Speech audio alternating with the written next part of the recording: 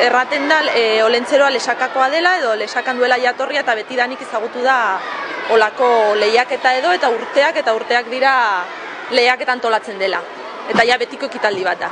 Lehiaketain zuzen ere daude bi zati edo, alde batetik jaiotzak eta bertzaletik olentzeroak. Jaiotzetan 2 kategoria daude eta olentzerotan 3. Sari banaketa egiten da guardian eta gero ilunabarrean olentzero irabazleak kale jira ginen du, bandak lagunduta eta bukatuko da olentzori puskatuz edo.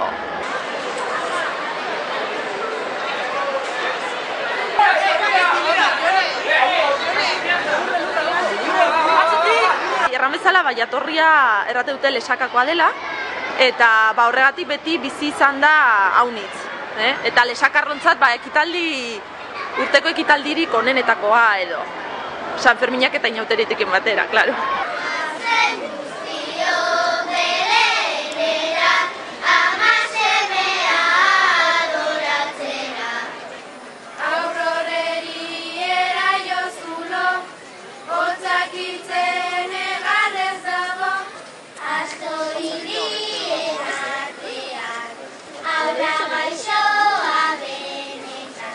Jota